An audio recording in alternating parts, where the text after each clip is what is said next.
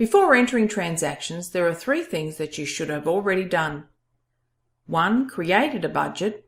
2. Entered your transaction types. And 3. Collected all your income and expense amounts. Now this is important. Don't leave anything out. Remember, all those amounts will need to be paid. Leaving them out will just cause worry again because they'll be unexpected. Entering a transaction into the Stop Money Worries application can be done 3 ways, all ending at the same form. From the budget screen to Transactions This Budget, from the Transaction tab,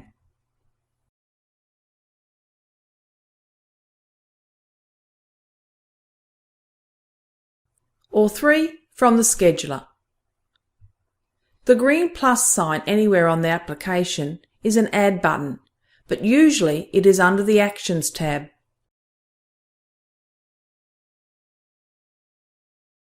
Enter the expense or income in the item's name, then the due date that is to be paid.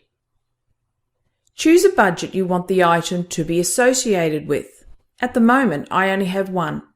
Choose one of your item types. If you're not sure about transaction types, there is a video under the tutorial page called Transaction Types. Choose one of the SLFG categories. Again, there is a video on making this decision on the tutorial page. Now enter either the income or the expense amount. Now comes the multiple function section. If you are adding weekly, fortnightly or monthly transactions like groceries, you only have to add it once by choosing the frequency of the entry. How many entries is the number of times you want it entered. So for groceries, we shop every week, so I will enter it 52 times for our yearly budget, 26 times if you shop fortnightly, and so on. Enter any note you want to associate with this item. If you're adding more transactions to a budget, you can hit Save Anew and you'll be able to continue adding. Otherwise, just hit Save. To edit a transaction from the Stop Money Worries application can again be done 3 ways. From the budget screen to Transactions This Budget, from the Transaction tab, or 3 from the Scheduler, but I'll come to that later. From the Transactions This Budget and from the Transaction tab, you'll have to find the transaction you wish to edit. You can do this a few different ways. By clicking onto the item heading or any of the headings to sort in alphabetical order or numeric order.